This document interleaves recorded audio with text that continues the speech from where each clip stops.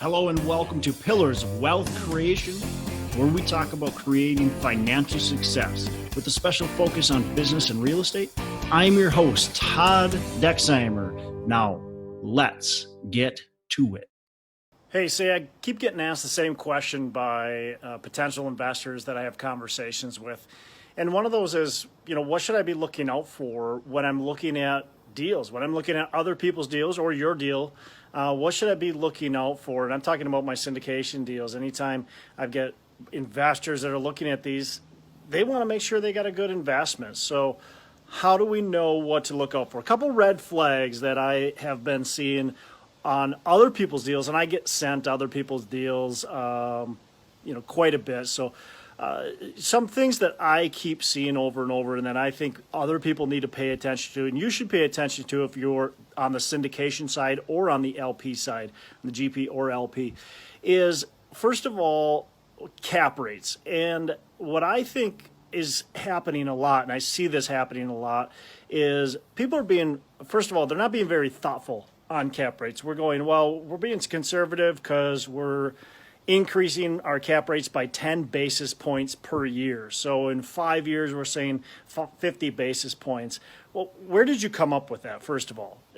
That's just a random number that means nothing.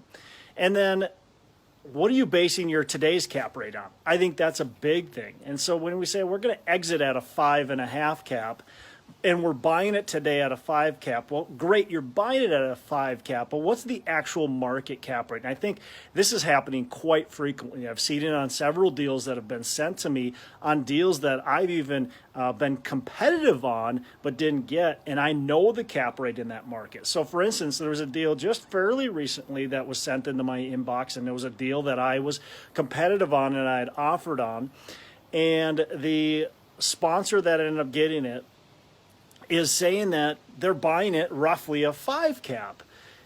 However, I know that today, that market, they're buying at a 5 cap, that's true, but that market today is at more like a 5 3/4 cap. So they're overpaying for that property, which I'm fine with as long as you've got a good value add in there.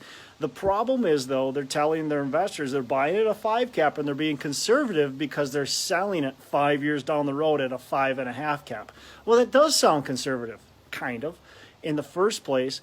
But when you really dig into it, they're actually being extremely aggressive. So big thing to watch out for, what are cap rates actually trending at and not, what it is. The other thing is, but that 50 basis points, that means nothing to me. What is the historical cap rate for the asset class that you're purchasing, for the property, the neighborhood, and everything else? Look at historicals. Let's stop just throwing in this 50 basis points BS and start actually thinking about it. Let's put some thought into it. Why did you come up with the numbers you came up with? Tim, deferred maintenance. Yeah, a lot of people are ignoring, deferred maintenance and what's going on there. Like you said, Tim, I mean, things are being, you're talking single families, but the same thing is happening in multifamily. They're being sold with all this deferred maintenance, and we're not putting the actual thought into how much this is going to cost us to fix up. So the other big thing too is the rents. Okay, the rent increases, being very unrealistic about rent increases. Again, here's another scenario with an investor in a market that I invest in, and I know this property because I've got properties real close by. I was not competitive on this deal, quite frankly, because it sold for way more than what I was willing to pay. But one of the things is the broker used rent comps. This is a C-class property. The broker used rent comps from B+ and A- properties. And that was used, I'm assuming, I never saw this pro forma, so I can't, say it was, but I'm assuming that was used in their pro formas because I don't know how else they would have paid what they paid for it. And then the other thing is a lot of people are doing is they're having these massive rent increases, 4-5% annually they're showing on their performance. So just be careful with what you're doing. we're protecting our investors' money, right? One of the biggest things that's what your job is to protect investors' money. So make sure you're doing that. Those are basically the two massive red flags that I think are happening out there. Is rent increases are unrealistic. Cap rates, there's no thought into it, and they're being very aggressive with it. And I guess the third thing I would say is expenses. Oftentimes expenses are downplayed. We think, well, we're doing this big renovation, so we're not going to have maintenance and repairs and unit turn expenses, or they're going to be very minimal. Well, that's not true. Okay, I've done renovations on properties, and you still have a large amount of maintenance and repairs and unit turns. That stuff just doesn't go away. I'm sorry, hate to burst your bubble, but it doesn't. It doesn't go away. So let's be responsible out there for syndicators. If you're a passive investor, look, really pay attention to what's going on. How can we figure out some of that stuff?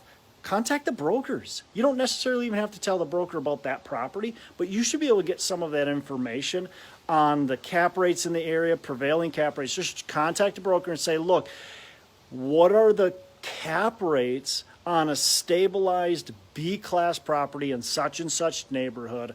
What are they going for on stable buildings that don't have a value add component? Because that's what we're telling our investors that we're selling. We're doing this value add and we're selling them as fixed up. The broker should be able to tell you, and oftentimes they're going to be off by a big amount. So just make sure that you're being diligent in how you're looking at these deals and you're underwriting these deals, because the last thing you want, obviously, is to lose your money. And the last thing I want is to see people losing their money as well. Be responsible. Let's do this the right way. Hopefully you took one or two things out of this. Thanks.